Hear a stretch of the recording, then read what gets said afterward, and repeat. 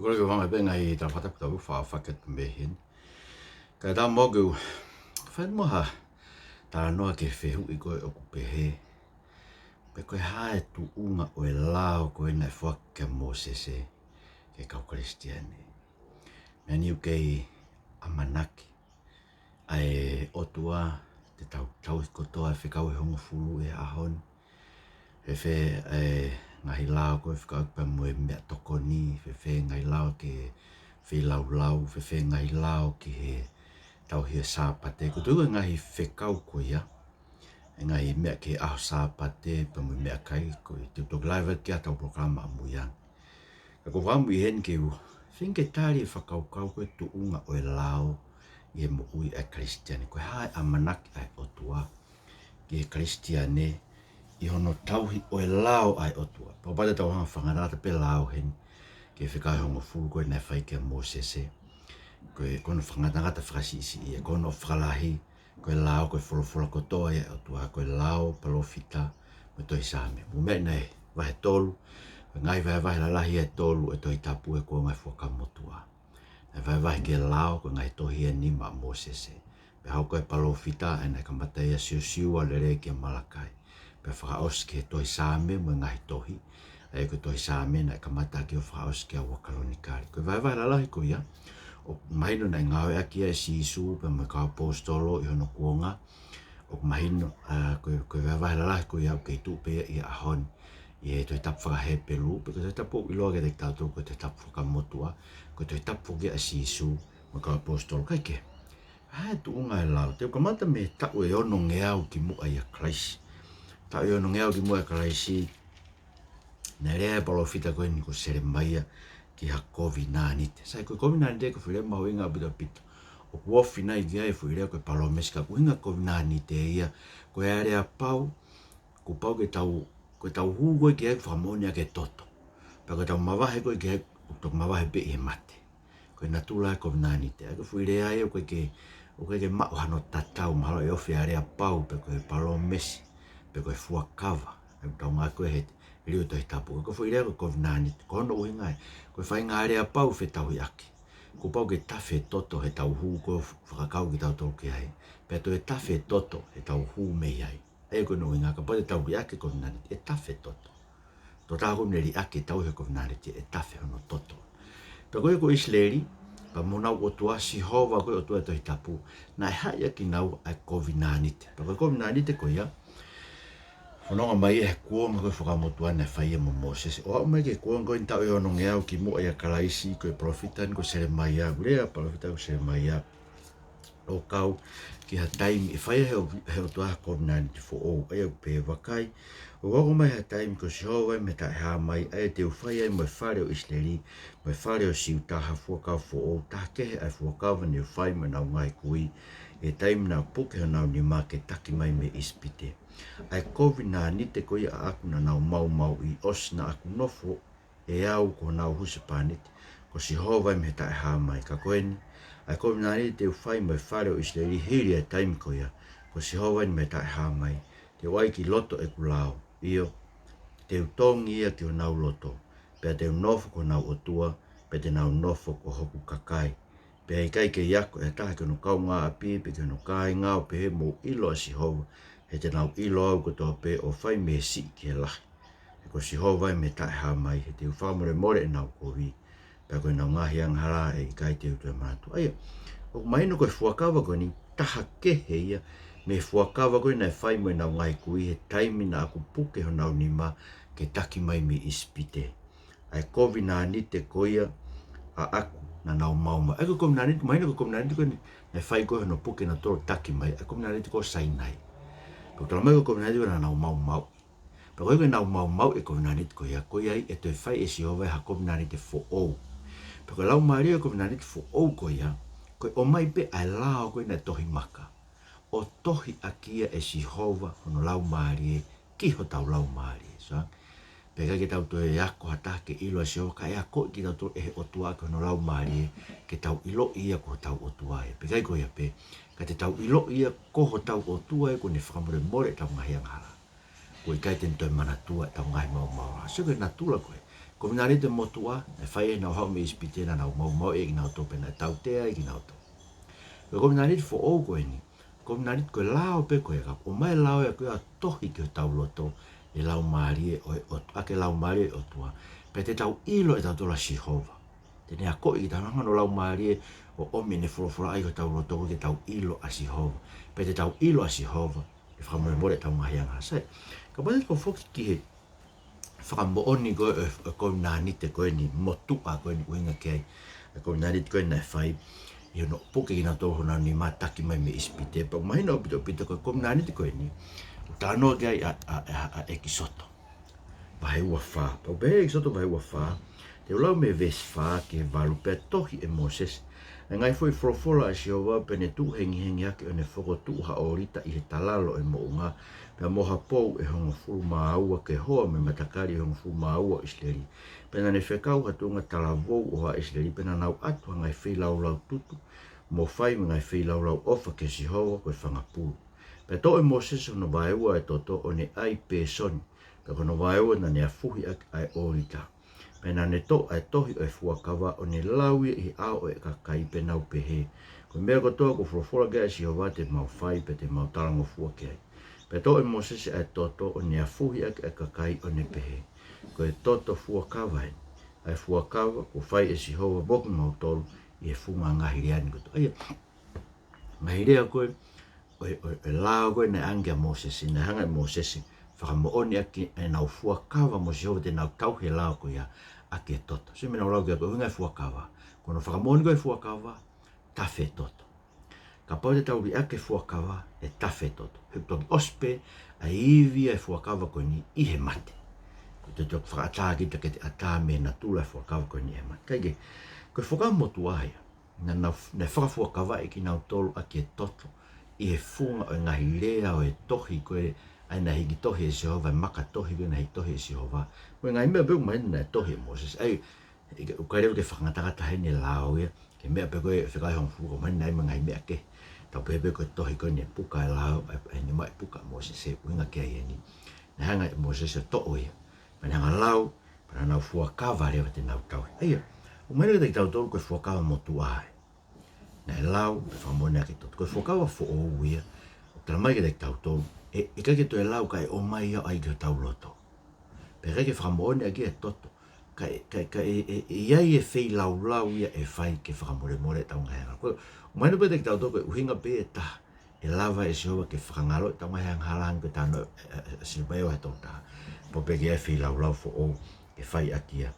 Aho no whai o e tau whamone. Ko minari te fo o ko tala ke asere mai. Sai, hoko marewa si Jesus Christ. Ko me maho inga au pito hene tala no ko e lao he moi e Kalisitiani. Ke tau ilo o ton ke mamafa ke te tau tolu. Ai uhinga hoko ma Jesus Christ. Pa me maho inga ngāwe na whai Jesus Christ. Ai ni ko tala mai ke ne whakakakatero. Ai ko hui tala mai te tau tolu. Pea nai hoko a folofola ko kakana. Ai ko folofola ni ko ne kamata anga. Ne whakatupu e mea ko tope. Ko folofola ni ko ne iai e mounga sai nai o whetaulaki. Pea moha Isleri fo whetaulaki nau tole Sihova. Ake ne folofola. Na reke nau mamata ke he i miska. Folofola ni ko ia. Pea nai hiki tohi folofola ko anka Mosese o nau whakamone. Ko folofola ni ko hoko mau kakana. Peko me e hoko mau folofola kakana. O mahu inga lewa ngai whahino hino a folofola ke te tau tolu o kau ki he lao. Tala mai lewa folofola ke te tau tolu. Koe lao. Tau whoke mati wa he ni mako teu mai matola. Vesta fitu. O te mo mahalo ko hau ke tāmate a lao. Peko tohi palo fita. Nai kai te hau ke tāmate kā ke whakakakata. Ako me mahu ingai. Kono whakakakato e kotoa o e ngahi lao ko tope whikai hongo fu. Kau e tau he sāpate. Kau e o e tam. Ko whakakakato e ngahi lao ko tope whaia e hoko ma Jesus Christ. Ko sisu ne whakakakato e lao. Koe ko koe, pa koe koau. E koe ngana e mau i a ha Isleri. Pa tau kau afu hia bemo ki tau tau. He mau lao ko a ha Isleri. O ia ki tau lao ko hinga whakakakato.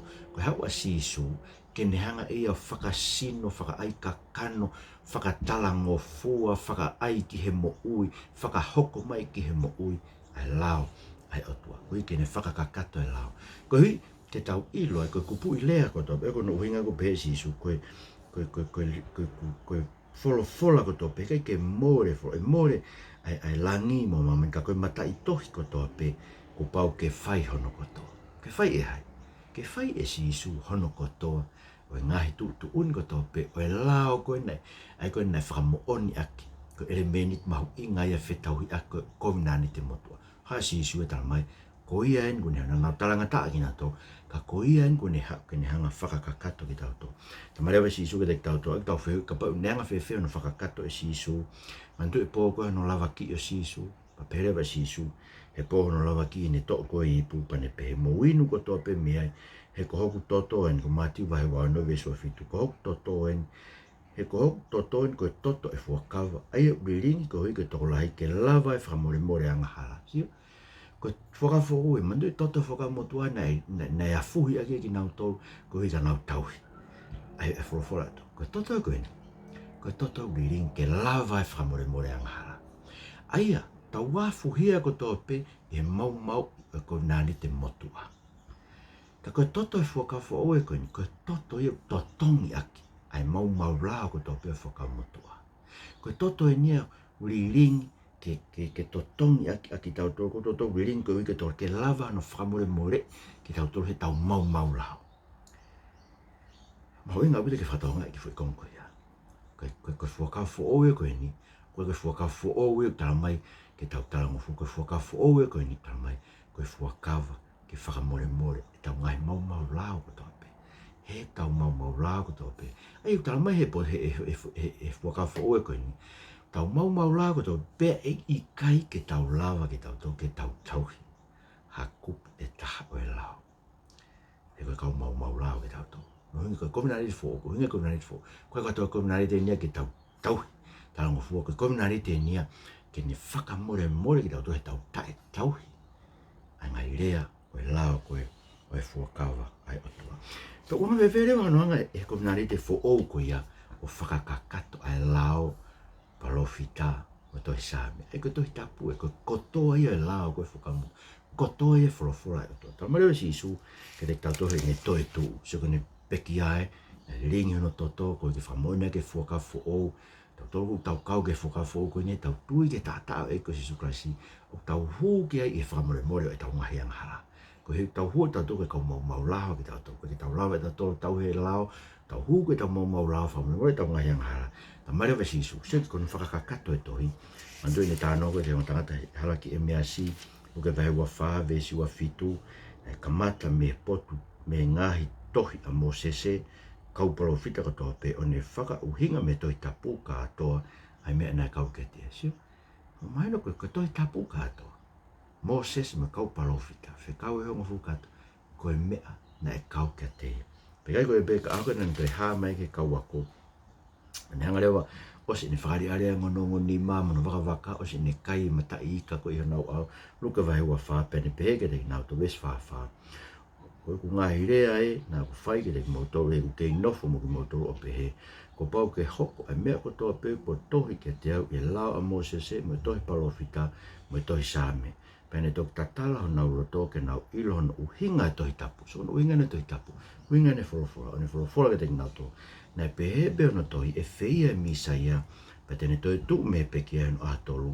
Pea e malanga i hono hingoa ai whakato mala mo e whakamore anga hala ki ka kai ko toa peo ka mata misi Jerusalem. Sige mau inga rea. Ko hinga e tohi tapu.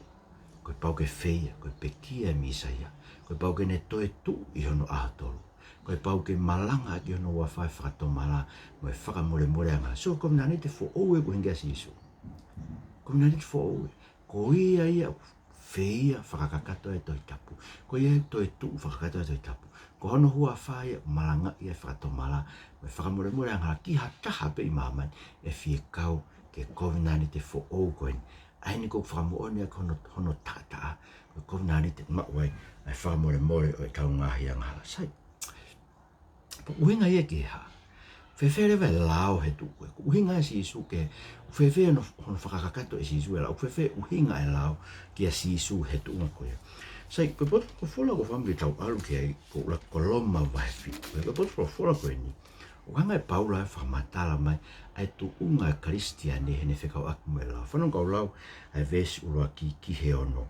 He wikai te mo ilo ka inga. Seuke o ko urea ke ka kai o maheni mo e lao. Winga mahen mo lao ko Mosese. Wiga de mo ilo ko o kupure e lao ki tangata lolotonga ene mo ui pe he koe ni koe whiwhine alawhia o ne haisia me lao ki hono o se pāniti o mo ui. Ka o ka pau ko pekia e o se pāniti ko ne ata-atai me lao o se pāniti pia koia lolotonga o mo ui hono o se pāniti e lau ia koe whi awaki o ka pau tene no nofo mo tangata ke. Ka o ka pau ko pekia hono o se pāniti o ne tau atai na me lao koia. Koia o i kai koe whi awaki ia he ne no nofo mo tangata ke. Koia se o kai. Na e ai ke mate ki mau tolfo ki a lao e sino o karaisi. Koe ui ke mau no nof mo atake io. Koe tō taha koia na e whotu me peke a koe uhi ke tau whakatupu fua ma ai otua. Kei tō ai koe ves whae. Sike mea ke tāno paula. Koe Māori te fuakawa ke tō Māori. Ka pau te iri ate o tō Māori le tonga o kei mo uia te aruki tano nof mo atake koe whia waki. Ka o ka pau e mate ho tō Māori. Te ata-atare wa kita ke te toi Māori mo atake.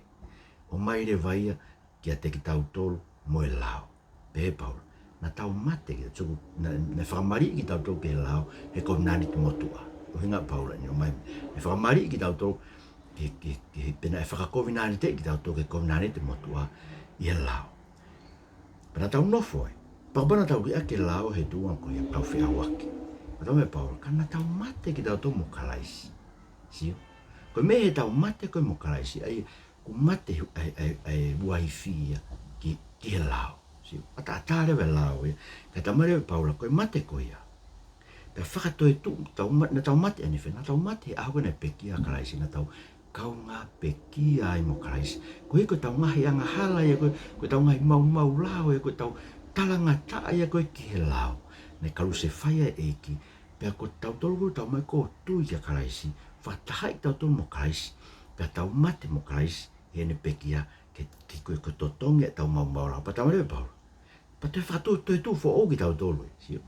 Ka pana tau mate ai peku sai o putu pei, koe peke te ia tau kau. Ka kona toi whakatoe fo o ki tau tolu, tau stukuanga ki tau tolu mea lao, tau mai rewe paula. He lotonga na tau iho tauanga ka kano, koe ngahi o i ke anga hala, ai e na e langa i e lao, na ngā ue i tau ngahi kupu ke whakatupu fua ki a mate. Ai ko lotonga e tau kei Māori koe ke lao. Ne ngā ue anga hala i he tau mo ui o whakatupu fua i ke mate. Sio ne whakapōpura i tau. Ka koeni, ka i he tū koeni, ko whaka ata ki tau tolu mea lao, he tau mate ki he mea aia na e maupuke ai ki tau tolu. Ko ia o tau ngāweni i hanga o fō, ko lau Māori o ikai i hanga motu a kua toi. So ke, koe tāno ina paura, koe tāno ina o e hiki koe me kominariti motu a ke kominariti fō. Na tau kaunga pekia ki tau tolu mo karaisi. Kono uhinga e ku whakangaloke tau ngahi mau rao, whamore tau ngahi anga hala, tau kaunga pekia ki tau tolu, ki he mea koe, ai koe na e hai ki tau tolu ki ai. He na e hai, na e maupuke ki tau tolu e ki he lao, pea koe me he tau mau e lao, ne tuuni e lao ia, he whaitotonu ai o tua ko pau ke tau tea mate ki tau tolu. Pea koe tau tea mate koe ia, ai ne tau mate ai mo karaisi. Pea koe ni tau toi tu ki tau tolu mo karaisi. Koe ia tau maire paula ke te tato koe ia, o tau ngāwe ni ki tau tolu i hanga fo o. Ko halau Māori o i kai hanga motu a ko hato. Ai ku hinga paula. Ko whokotu ki tau tolu ia, i he lau Māori e koe na tānoa kai ko ngāi te fo o. Tau ngāwe ki tau tolu ke lau Māori e koe tohi a ke lau ke tau loto. O i kai ki tau tolu ngāwe ke mea koe na e tohi maka. He ko osi fua, osi mate ki tau tolu, osi tamate ki tau tolu, he iho no whakawhikau ak ki tau tolu meai. Pe tau mai ai ko whai whehu ire wau pehere pao. Ai a uhinga e ni, pe whewhe, te tapehe koe lao koe kotoanga hala koa. Ai a, ka pau koe, ka pau ne pau ke tamate ki tau ki he lao, koe uhi ka tamo ui mo kalaisi, ke konani te fo ou koe, o tohi e kano lau maari ki ho taloto. Koe mea nina e kovi e lao. Tau mai pao, kana kai ke kovi e lao e. Nē whai pe e lao i hano whatongia, koe whatongia e lao, ke whaka ilo e anga hala he tau, ke whakatupu e anga hala he tau, musike pere pa ikai, au pere wa. Ne ikai te ua ngona e manu, ka ne tae oua e pehe mai e lao, oua nā ke manu, kakatuunga naki akia e anga hala, o ne ngāo e e whekau, ke whakatupu e te au, e whainga manu keke, he ka mamao e lao mate be anga. So, hoko e lao ia. Koe mea ke neanga whaka mo ui e anga hala he tau mo ui. E ko tengu pe mea o e manu. Hala dure vai anga hala e me tau kakano. Puke me fu i whekau koe. O ne furihi e ia e te tau tolu. Koe fie manu. Siku pe pao sike. Ne ke me ilo e awia ai. Ne whakatupu e te whainga manu ke. Koe ngau e lau. Se kuni hanga whakatupu e te tau tolu. Hanga he lau ia whakaivia e anga hala e te tau tolu. Ai uhinga ia. Koe tau whanonga toke lau, koe ke ne whakatupu e te tautor ha fie tauhi lau. Ka kune whakatupu e te tautor ha fie mau lau. O kuhinga koe koe anga hala na e kōwi e tau pehe nai na e hoko ai mea lereia koe koto mate o tau me paura i kai. E kei koe kōwi ke pehe koe koto mate. Ka koe hui koe anga hala whare o tau kakari, kono uhinga ai. E u pehe vesta whakako anga hala ia na e pehe koe uhi pe ke hai ai anga hala he ene whakatupu mate kia te au a ki mea rering. Ai so ko mea koe uhinga no mai lao. Ke hanga e he lao o whaka ilo ke te tautoro. Koe anga hala koe tau mo ui. E kai peto e lava e ke ne whakatupu ha mo ui. Me pe tene whae tau mo ui ko whakatupu mate. Tene whakatupu e te tautoro ai whahinga whakamate ko to whainga anga mau lao ko to. So pa kono winga in ka inga whainga taai ke pehe mai ke te au. Pehe tau he lao e sapate. Pehe lao e ngai mea kai koe nei tapu. E koe uhinga he lao he tānoa koe a Paulo mo ka apostolo mo si isu. Kono whakakakato koe si isu koe lao, ke tau kau ngā pe kia mo Kalaisi, ke hiki tau tolo ke kominari te fo'ou ke tau mo ui e lau maari e otua. Tau kei whanonga pe ki tau tolu e wholofola e otua. Ka koe ke tau kei nofo koe tau o e lao, he tau whanonga ki tau tolu, he iwi e lau maari e, une whakahino ki tau tolu. O uhinga i geha, uhinga nai koe pe te ha lao ia, tau ki tau ke mo ui tai whakalao i kai. O uhinga ia, koe ki tau kei mo ui he lao a Mosese, kau tau mo ui he lao a Kalaisi. Te ai atu. Koe ki tau kei mo ui he lao a Mosese, kau tau mo ui he lao a Kalaisi. Ko where he lao a Kalaisi. Sai koe ki kupu i rea koe lao a Kalaisi, o ngau atu o ua i he fuakau fo o he mau. Ai e ko karetia, unulaki ngau e aki, uraki ngau e aki, uraki Krinto wa he hiva, Paka vesi wataha, ano peka rawat. I he whai ki he whaahinga i tu alao, nā kuhange ha toko taha i tu alao. Tala e hai ko aku wongo, ko i he tu alao a tua ke. Na aku i he loto lao a Kalaisi, ko i uhipe ke umaku ai e whaahinga i tu alao. Whai ke he whahinga i tu alao, mai Paulo, koe ke ualawe ki tu alao, ke he koe ke taha lao, ko ke tau lao. Ko mea koko ke te au ia. Ko aloa ke lao a Kalaisi. Where vai lao a Kalaisi. Ka mai wete ki tau tō koe lao a Kalaisi. Ka pate tau whoki ki he, ki tala noa koe o e ngai gospel. Eia, ko mātiu wa he uoua. Mātiu wa he uoua ko tu mo maheni. Me tā koe tā noa ne lao ko a Kalaisi. Mātiu wa he uoua. Nā nau whiu i kia si isu. Pe koe ha e tūtoni mahu inga taha. Pa koe vestol fitu rewa ki he whānoa e mātiu wa he uoua. Pe rewa si isu. Koe pene pehe ke te ke ofa ke eiko toa o whai eke kotoa o loto, kotoa o lau maari e, me kotoa o atamai. Koe nia tūtūni o kuma mawhataha mo tūki mua. Pe au whaahinga mai a hono ua. Te ke ofa ke o kaunga api o hange ko ofa ke te koe. Koe ongo tūtūni koe ni e ua. O tau ke e lao kotoa me tohi palofita. Sike. Katoa e lao me tohi palofita. Katoa e ngai lao a Mosese. Tau kotoa e ke tūtūni e ua koe. Ofa ke he otua. Ake kotoa ho loto, kotoa ho lau maari, kotoa ho atamai. Pe kai koe a pe, ka ke ofa ke o kaunga api, hange ko ofa ke te koe.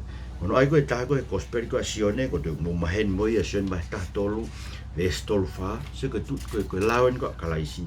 Ai ko tau mo ui ai, i e kovinani te fo'ou koe na tala ke sere mai e tau i ono ngeau ki mo e a Kalaisi.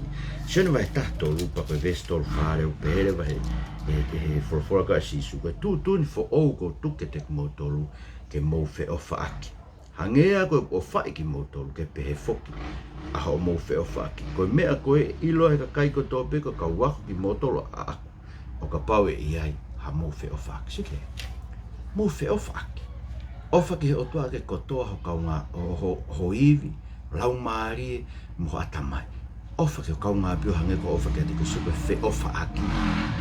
Fe ofa aki hange koe ofa aki te suka ofa si suna whai te tau tolu tombe tau ke yang halak whamore more ki tau tolu musio ko tutunia kalaisi, ko lau ia kalaisi. Ko ofa ke te koe, hanga pe ko ofa kalaisi ke te, ko te tue tari ke whaile rei mai, te whamore more i koe, pau ke tawhia te kresi whamore more ke te koe, hanga ko ne tawhia mai me eiko si su kalaisi ke te. Pe kai koe ia pe, ka umomona tu i tala noa koe whai koe, ia loma vai tātou. So kon pauhinga en koe Paula koe, ai lao a kalaisi mo uia Kalisitiani ko toa pe.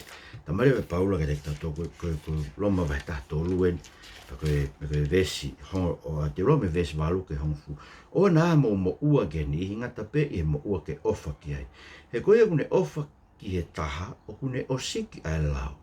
He koe ngai rea, o te ke tono whewhine, o te ke whakapō, o te ke kaiha, o te ke manu manu.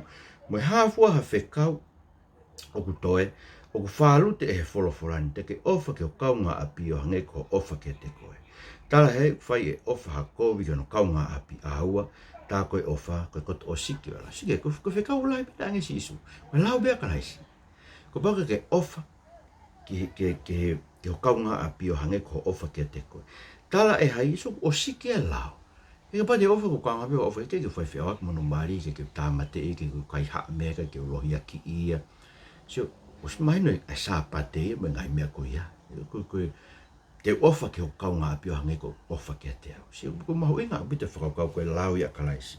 Tamare koe te kautolu e reactione vai wha, oro ki ta anoi apostol, ako na whakauhinga e ni reactione vai, e whekaulahi koe si reactione vai wha, pa koe vesi wataha, o pehere vai, pa koe ni atu utuuni, o tau mak meni a whio, ke ilonga aia ofa ke otua, ke ne ofa foki ki ona toko. So na ki hoi, kono ki hoi, whamaa po mai besi one, whekaulahi koe na whae sisu, ofa ke otua ke kotoa loto ata mai, mo lau maari, mo hivi kotoa, ofa ke kaunga apehan ko ofa ke te koe. Tamai Paula, koe ofa ko sike lao koe ke whae e kovi ha, whae ofa i ha kovi kono kaunga. Tamai sion, koe ofa ke otua, tene ofa foko no kaunga. So koe kakakato e ai ofa a kalaisi, aia koe kakakato e koe lao i a kalaisi, o mo ui ai Kalisitiani. Pero tui ka inga, mau inga au bidau ke tau hanga whatonga. Pau koe kei nofu koe ahoni ke peka, ton pe ke tau he lao mea tokoni, tapu e kai e puakam. Pau ke tau tolu ai lao, ngai lao koe, ai koe hanga koe lao e sāpate tau. Te koe ngwhai te whui lao e ne ua o mai pehe kakai lotu he ahoni. Tala mai whamana mana e ki tau tolu koe, o koe ke tau whai ke umea koe tō kua, ko pau tau ofa ke a Kalaisi te tau tahu ni ngai tūtū ni pau kau, i ni ngai tūtū ni ana, tō koe ngai lao koe, kai tosi mate. Pau ke ofa ke a Kalaisi, ui ngai na ke kau ngā pe kia mo Kalaisi, o ke mate ai koe ki kovinani te motua. Kai whakatupu fo ou koe ki he lao a Kalaisi, ke ofa ke toa ke kotoha mo i pa ke ofa ke kaunga api, hanga ko ofa ke te koe. Pa koe ni o siki a lao ko toa pe, o toa ka poke ke whenga koe ke tau he lao, mana tui koe koe tano ka Paula mo ka apostolo ki he lao, hanga ko karetia vahe tolu vesi wa tolu, ta mai ke te tau tolu ia. I te ikai ke hoko mai e tui, na e tau hi pili sone ki taua i he puri a lao, o loki ki he tui, aena ene ke whakailo me ta e hamai, pe tā koe lao ko ta whakare o Makalaisi. Ai koe ngāwe e lao, anga mena tau tāno ki a lomo vai fitu. Kono whakailo e anga hala e reit, kono loki ki tau toki e anga hala, koe uhi ki tau ilo e tau mātua ki whie mau a Kalaisi, ki tau lawa ta tau ai lao ia te tau tolpe. Paka pau ke iloto pe ke tau he lao, ramai paulo ke te tau tolu a loma vai tolu ve stahiva. Ka pau ko whakaamu ke tauhi e koe ai lao. Pe siko ke lao ingoa Paula loma vai tolu ve stahiva mo i wano. Pe koe ni tau lao ilo. Ilonga hawha matala ai lao, whai beke ka kai o kau ki he lao. Ako ni ngai ke tohi tapu mo i lao a Mosese. Koe whai ke tāpuni ake ngut koto pe ke hoko o halaia ki o toa mamani katoa. Koe uhia, koe mea ngai ngai whakalao e tu umola e ka kanu kotoa pe i hono au. O i kai hana whakatonu hia mea. He koe mea au fōu me lao, koe whailo anga hala pe. Ke lope wanga whewhe ho whenga ke tau he tapu kai mea kai me tapu e sāpate. O tonga tau mai poro, koe lao koe une tātka ko mau mau e sāpate. Koe lao he une tātka ko mau mau. Koe hega kau mau mau koe whatonga e lao ia, kono whakailo ke te tau tolu e tau mau mau, e tae malawa ke te tau tolu, ke tau tau he lao. Pau ke viri takpe koe ke tau he lao, whanau koe lao en a se misi. E koe toen ko sisu, e tau mai ke te tau tolu e se misi, ia se misi wahewua. Te mai rewa se misi ka te tau tau. Pau ke whaam ke tau he lao. Pe rewa se misi, vesi hiva. Tā o ku māloho mō ngāwe. Ka ko pau mo whiriwhiri mānako koe anga hala ia. o mo fai he whakailo ki mo tolu e lao ko ia ko e tangata. Ai ko whiwhi manako, ko e whihanga hanga ia o e ofa ke to kaunga api. O hange ko ofa ke te kita. Ki whiri pe ki ta ia, ko taha ke te ofa ke mo to taha ke te ofa ki ta ki ai sio. Mau ia e lao ai o to paberewa e se mis.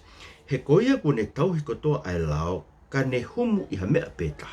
Ko ne mo ua ki hono kotoa. He ko ina ne wholofora mai ona ke tono unoho, ona ke kune pehe foki. E nā ne pehe foki oua nā ke whakapō. Sia, pe neongo wikai te ke tono unoho ka ke whakapō pe, ko ke hoko koe mau lao. Sia, ai ka pati ke tauhi kotoa, e pati ko tauhi e lao e mea kai, lao e sapate ka ke loi mo ka.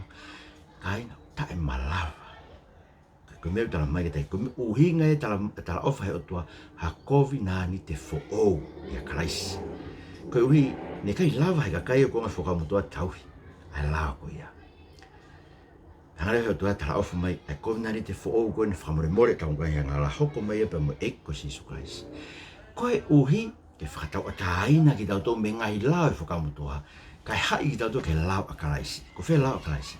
Ofa ke toa ke kotoa holoto atamai o lau mai. So ke kotoa, ofa ke toa ke kotoa holoto, pa te ke ofa ki ho kaunga api. So he ku kakato ai. So ke ko inga tau he pesi supa ke ofa ke toa ke tau he mahi tūtuni. He ku kakato he tūtuni ko toa pe ai otua. Ai ofa ki ho kaunga api o hange ho ofa ki a te koe. Ta kono mo ni kai.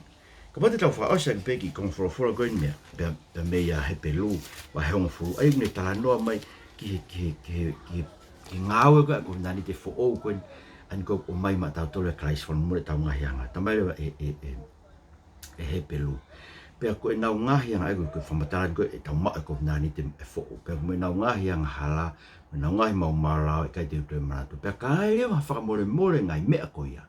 Pea koe kai ato e atwhi lau ko he koe anga hala. Sika e kono uhinga tau tau koe ki tau kei tau he lau a Mosese ka tau i he lau a Kalaisi.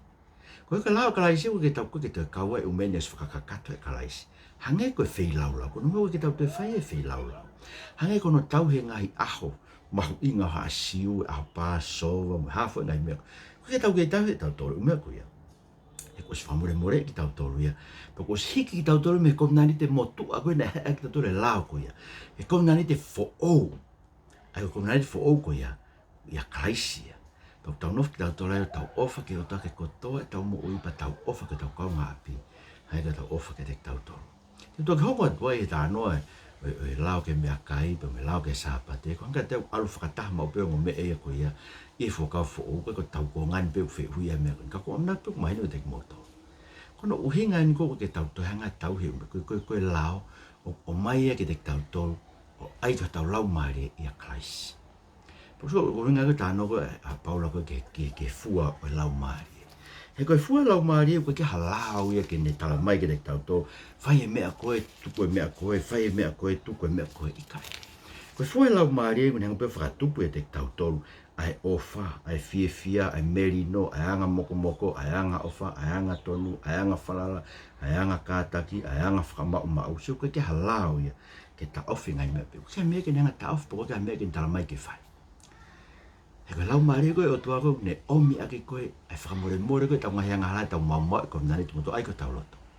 Una mai AF uiwi ke whakatupu fua he tau mo ui. Pea koe ngahi urunga ngai koe fwoi fua o taha pe koe o wha pe fwoi fua o taha pe. Ka kono ngahi urunga ngai ni uha koe ni. Koe ke tala mai koe ngahi fua lau maare. Koe tala mai koe fua lau maare he tau mo ui. So he kainga, ko whaambe ke te alu mai lau, koe me be lau whai koe whakailo ke te koe anga hala. Whaelo te kia tole tau maumara ko ngai pe mai lao. Aua te kei kai ha. Uhinga koe kone pe mai ke tu, kone pe mai ka te koe.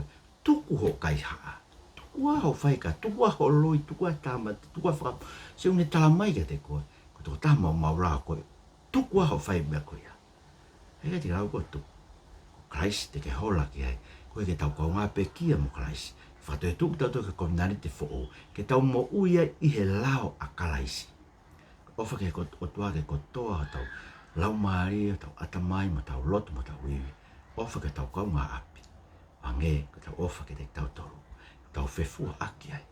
Tau ngahi mawhasianga. Tau whe ofa aki ai, wange koe ofa ai o tua nai whai ma tau toru a Kalaisi. Tau ofa pehe ke tau ngahi kau ngā api. Pea kono whakakakato e lau i a Kalaisi.